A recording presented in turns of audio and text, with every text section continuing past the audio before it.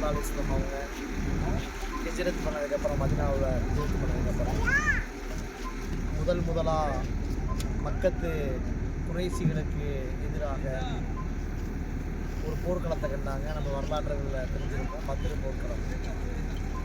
அந்த பத்திர போர்க்களத்துடைய இடம் வந்து பத்திர போர்க்களத்தை பற்றி தெரியும். ரமலான் மாதம் கடுமையான ஒரு சிரமத்திற்கான ஒரு நேரம். ஆயுதங்கள் கையில் இல்லை, ஆட்கள் பலம் இல்லை, வாகனங்கள் இல்லை.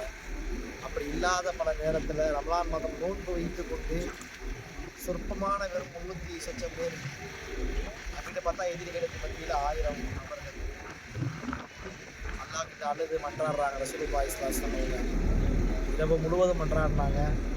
பின்னாடி வந்து அல்லாஹ்வுடைய நண்பர், அல்லாஹ்வுடைய தூதருடைய நண்பர் அபூபக்கர் சித்திக் ரலியல்லாஹு அன்ஹு வந்து பின்னாடி வந்து கட்டி அணைச்சு அல்லாஹ் அவங்கள ஒருபோதும் கேவலப்படுத்த மாட்டான் அப்படின்னு சொல்லி சொன்ன வார்த்தை நான் பார்த்துருக்கேன்.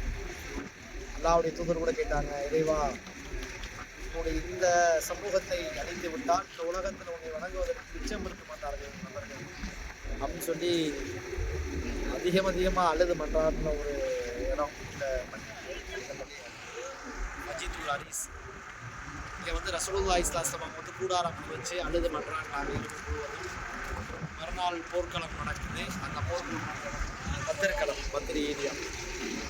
அதில் வெறும் 300 சொச்சம் பேர் சேர்ந்து 1000 நபர்களை வந்து கொண்டாங்க, வெற்றி அடைஞ்சாங்க.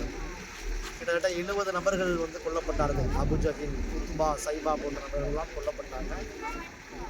அல்லாஹ்வுடைய தூதருக்கு மிகப்பெரிய வெற்றியை மலக்குகளுடைய படையை கொண்டு அல்லாஹ் ஏற்படுத்தினா அந்த இடம் தான் இது பத்திரிக்கலாம்.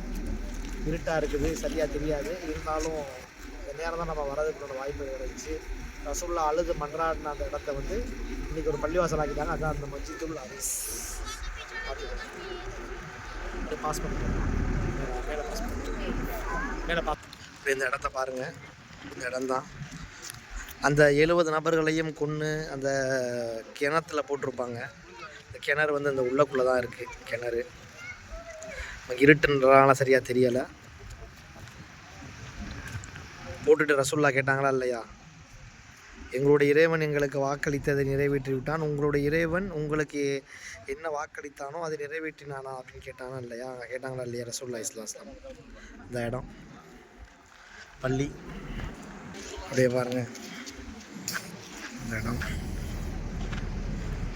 பக்கத்தில் இன்றைக்கி வந்து குடியிருப்புகள் வந்துருச்சு. ஆனால் அன்றைக்கி வெறும் மைதானம். அப்படியே இந்த மஜிதுல் அரிஸ் பள்ளிவாசலாக அப்படியே ஒரு தளமாக கட்டிட்டாங்க. தொழுகை நடந்துக்கிட்டு இருக்கு. நாங்கள் ஆல்ரெடி ஜம்மு பஸ் பண்ணிட்டோம்.